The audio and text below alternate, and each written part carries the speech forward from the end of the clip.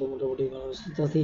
তো আজকে আপনাদের সবাইকে স্বাগতম হলো এপিসোড নাম্বার 30 নাকি 32 নাকি 31 খেয়াল নাই, অনেকদিন পর আসলাম। আপনারা একটু কমেন্ট করে জানান কোন এপিসোডে আছি, কত নাম্বার এপিসোডটা আপনারা দেখতেছেন।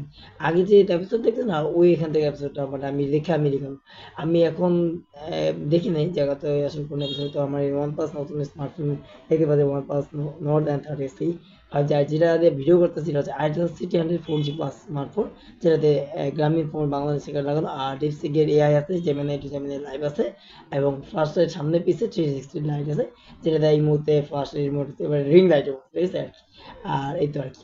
তো যা যা দেখতেছেন অবশ্যই এটি কথা বলি, যেহেতু হরর স্টোরি আপনাদের অনেকদিন পছন্দ হলাম, আপনারা যদি চান, আপনারা যদি শুনতে চান বা আপনারা যদি একটু হলেও ভালো লেগে থাকে, আমি চেষ্টা করবো আপনাদেরকে হরর স্টোরি সম্বন্ধে অনেক আরো ভিডিও দেওয়া বা জানানোর। হ্যাঁ, তো আপনাদেরকে একটি রিকোয়েস্ট করবি, প্লিজ বন্ধু প্লিজ, হ্যাঁ যে মানে কি বলবো, মানে কি হওয়া আমার বসে, যে যারা যা দেখেন, যেখান থেকে দেখেন, একটু চেষ্টা করবেন যে কমেন্ট করা। হ্যাঁ, সাবস্ক্রাইব করেন তো অবশ্যই, সাবস্ক্রাইবেরও অনুরোধ রইলই, কিন্তু বিশেষ করে কমেন্টের গুলো আপনারা যে বলবেন যে আপনারা কি ধরনের ভিডিও চান, সরি কি ধরনের মানে মানে হরর স্টোরি চান, আমরা চেষ্টা করবো আমি ওই হরর স্টোরি সম্বন্ধে আমি বলা, ঠিক আছে। আর আজকে যে হরর স্টোরিটা বলবো কিন্তু সত্য ঘটনা। আমি একটা মোবাইলে মেসেজ আসছে, সরি ফেসবুকে পাঠিয়েছে, তো ওইখান থেকে আমি আপনাদেরকে শোনাবো। হ্যাঁ, তো আপনারা যদি একটু মনোযোগ দিয়ে শোনেন আজকে, তাহলে মানে হরর স্টোরি সত্য, বেশি না, জাস্ট দুইটা হরর স্টোরি আছে। আজকে বিষয়টা বেশি বড় কোনো, অনেকদিন পর আসছে যেহেতু, তেমন কেউ একটা হরর স্টোরি মানে পাঠায় না, মানে হরর স্টোরি বলতে জীবনে যে সত্য ঘটনা, হ্যাঁ, ওদের কেউ পাঠায় না। তো তারপরেও চেষ্টা করিব না আপনাদেরকে সঠিকভাবে মানে হুম, এ, ঠিক আছে ওকে। একটু ঝামেলা হচ্ছে, ওই একটু ডিস্টার্ব দেয়, মানে মাঝে মধ্যে মোবাইল ডিস্টার্ব দেয়, দু এক সময় ল্যাগ চ্যাক করে আর কি। অনেক বছর হয়েছে, প্রায় 2 বছর হয়ে গেছে। তো বুঝতেই পারতেছেন একটু অল্প একটু ল্যাগ করে, ঠিক আছে। ওয়ান প্লাস তারপরও কিন্তু মোটামুটি ভালো হয়েছে, দেখা যাক। আইটেল সিটি হান্ড্রেড তো সবাই হয়তো 1 মাসও হয়নি, কিন্তু এটা কতটুকু চলে দেখতে। আমার নতুন স্মার্টফোন কিন্তু আমি রিভিউ দিয়ে দিচ্ছি, আপনারা যারা যা দেখছেন অবশ্যই দেখেন। তো যাই হোক, আমার হরর স্টোরি ফিরে যায়। আর যারা যা দেখেন অবশ্যই একটু কমেন্ট করে জানেন আমার হরর স্টোরিগুলো আপনার কাছে কিরকম লাগে। আজকে অনেকদিন পর নিয়ে আসলাম হরর স্টোরি। হ্যাঁ, তো যাই হোক শুরু করা যায়। হ্যাঁ, তো এখানে লেখছে আর কি। তো ভাই শুরু করে, ভুনকো ভূতের মানে জায়গা রহস্য, ভুনকো একটা জায়গার নাম দিচ্ছে রহস্য। ভুনকো একটু অদ্ভুত আমার আমার কাছে, আমি যখন শুনলাম আর কি। তো যাই হোক, আমার ফেসবুক যেহেতু পাঠাইছে এক ভাইয়ে, তো নামটা আমি লেখে নাই, তার জন্য দুঃখিত আর কি, বলতে পারলাম, ঠিক আছে। কিন্তু সেই ঘটনা পাঠাইছে যেভাবে, আমি আপনাদের সেভাবে বলার চেষ্টা করি। আশা করি যে আপনারা সুন্দর করে শুনুন। তো শুরু করতে হবে। আচ্ছা ঠিক আছে। তো যেটা যেটা বলছিলাম, এই যে একটু দাঁড়ান, হ্যাঁ। হ্যাঁ, ঠিক আছে। এখান থেকে ভুনকো নামের ছোট একটা গ্রাম ছিল। হ্যাঁ ভাই, নদীর ধারে। হ্যাঁ, গ্রামের চারপাশে ঘন জঙ্গল, মাঝখানে একটা পুরনো পাকা বাড়ি। হ্যাঁ, সবাই তাকে রায়বাড়ি বলে চিনত। সবাই তাকে রায়বাড়ি বলে চিনত। বহু বছর ধরে, বহু বছর, না বলে শোনে, হ্যাঁ, বহু বছর ধরেই সেই বাড়িতে কেউ থাকতো না। হ্যাঁ, থাকে না আর কি, ঠিক আছে। রাতে জানালার ফাঁক দিয়ে রাতে রাতে জানালার ফাঁক দিয়ে আলো জ্বলতো, আবার কারো হাঁটার শব্দ শোনা যেত, ঠিক আছে আর কি, মানে শোনা যেত। একদিন গ্রামের ছেলে রুবেল ঠিক করলো সে রহস্যটা ভেদ করবো আর কি, যাই দেখবো আর কি। রুবেল আর কি সেই ছেলেটা, হ্যাঁ, নাম কি ছিল। তো, বন্ধুরা ভয় পেয়ে বলে, দাদা বন্ধুরা ভয় পেয়ে বললো, বন্ধুরা ভয় পেলে বললো, হ্যাঁ ভয়ঙ্কর ভূত, ধরতে যাস না ভাই, কেউ ওই বাড়ি থেকে বাঁচতে, মানে ওই বাড়ি থেকে বাঁচতে পারে না, বা মানে যাওয়ার পরে ফিরে আসে না আর কি, এরকম একটা আর কি। তো যে পরবর্তী বলছে, হ্যাঁ কিন্তু রুবেল, কিন্তু রুবেল গেল ভাই, মানে রুবেল গেল আর কি। হ্যাঁ, এটা বলছে আর কি, মাঝে মধ্যে রুবেল গেল বলে গেল, আপনারা মনে করেন না যে আহ, কারো থেকে আনা বা লেখা, যেভাবে বলছে আমি সেভাবে বলছি। হ্যাঁ, একদা তিনি যেভাবে বলছে আমি বলছি, এভাবে বলতেছে। হ্যাঁ, যাই হোক সমস্যা, আমরা ঘটনা মনোযোগ দিই। তো বলে রুবেল গেল হাতে টর্চ আর ক্যামেরা নিয়ে। ওরা ক্যামেরা নিয়ে গেছে, বাবা ওদের লাগছে। হাতে টর্চ আর, আমি ভাবতে পারি যে ক্যামেরা নিয়ে পড়তে পড়তে জানতে পারলাম কি, যাই হোক আমরা দিই। হাতে টর্চ আর ক্যামেরা নিয়ে লাইব্রেরির দরজায় ঢুকতে ঠান্ডা বাতাস বয়ে গেল। হ্যাঁ, ভেতরে টেবিলের ওপর পুরনো ডায়েরি সে খুলে পড়লো, এবং আমি আমি রায়বাবু আমার গুপ্তধর, কেউ পেলে আমার আত্মা শান্তি পাবে। আচ্ছা, তারপর লেখছে ঠিক তখন উপরে কেউ হাঁটছে বলে তার কাছে মনে হলো, মানে হাঁটছে বলে তার কাছে মনে হলো আর কি। এবং রুবেল দৌড়ে ওপারে গেল, মানে যখন হাঁটছে তার কাছে মনে হলো কি যে হাঁটতেছে বা হাঁটতেছে এরকম মনে হলো, সে তখন দৌড়ে গেল যে আসলে কে হাঁটতেছে, কে হাঁটতেছে এখন মানে দেখবো আর কি।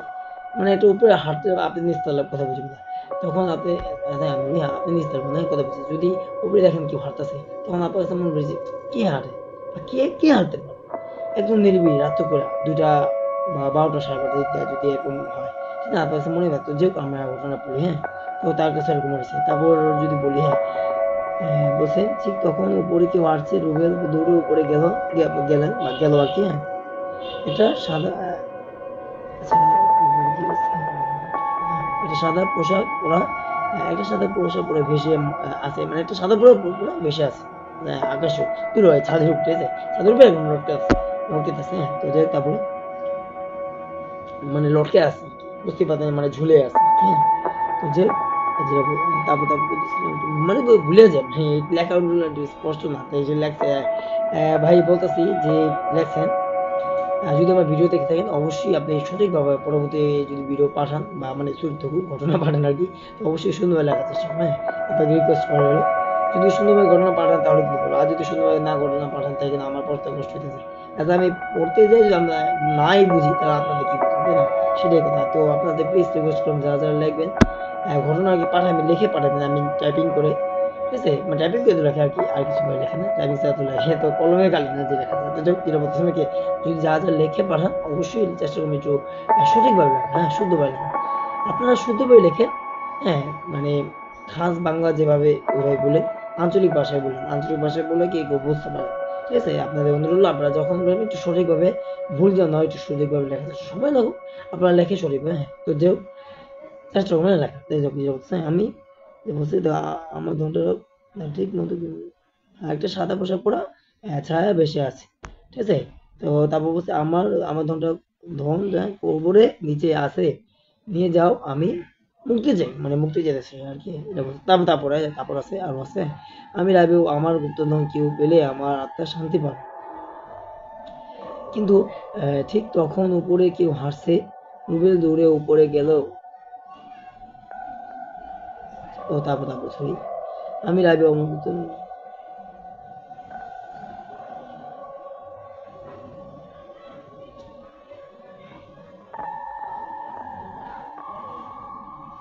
তারপরে যে ঘটনাটা একটু ওই লাগছে একটু দেখে নিলাম। হ্যাঁ, একটু হবে বুঝলি, আমি লাগবে আমার গুরুত্ব কেউ পেরে আমার হাতের সাথে তারপর পাইছি বুঝলাম, তারপর বুঝতে পারি ঠিক তখন ওই দিকে পারছেন দূরে উপরে গেল, এসে একটা সাদা পোশাক পরা ছায়া বেশি আছে, মানে সাদা পোশাক পরা ছায়া বেশি আছে।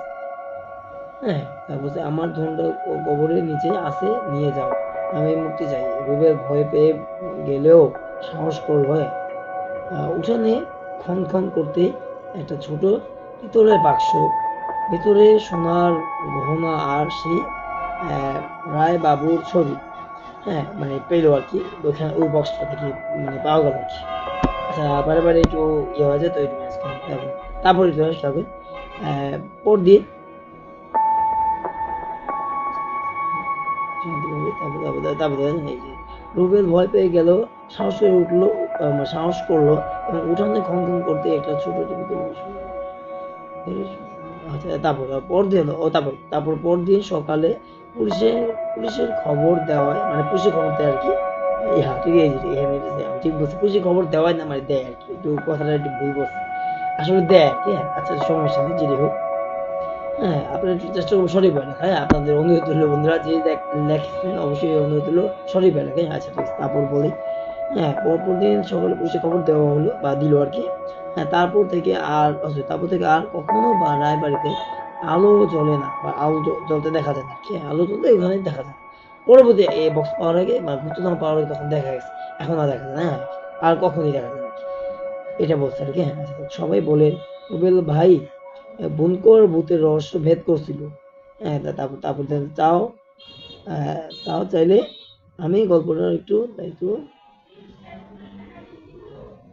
এই তুই কথা না, বুনকর রহস্য ভেদ করেছি এই আর কি। হ্যাঁ, তো যাই হোক, আমি এখান থেকে একটা ঘটনা বললাম, কিন্তু আমার একটা ঘটনা বলি। হ্যাঁ, মানে পরিচিত ভাইয়ের সাথে ঘটনা ঘটছে রিসেন্টলি, কদিন আগে আর শুনতাম, ঠিক আছে। তো সে আমায় বলছে যে ভাই আমি তো মনে করেন এই যে সবসময় মনে করেন কাজ চাকরি করি অনেক দূর থেকে, মানে তার ছিল আগে পোস্টিং ছিল একটা গ্রাম, এই যে গাজীপুর, হ্যাঁ গাজীপুর কথা বুঝি। তো গাজীপুর থেকে যে সেদিন হোস্টেল থাকতো, হ্যাঁ কথা বুঝি।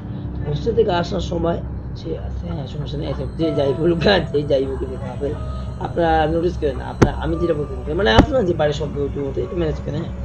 অনেক যদিও শব্দ ঠিক আছে, আমি জানি না কতটুকু আমার কথা শোনা যেতেছে, যদি একটু মানে সমস্যা হয় তার জন্য ক্ষমাসে আপনারা একটু ম্যানেজ করেন, হ্যাঁ। তো যাই হোক, আমরা যেটা বলতেছি না, এত গাজীপুর থাকতো সেই লোকটা, মানে ছেলের বাকি আমার বড় ভাই আর কি বলতে পারেন, আমার আপন বলে কিন্তু আমার একটা পরিচিত আর কি বলবো, সে আমার ঘটনা শেয়ার করছে, যেভাবে বলছে আমি সেভাবেই বলি এবং সঠিকভাবে বলবো, ঠিক আছে।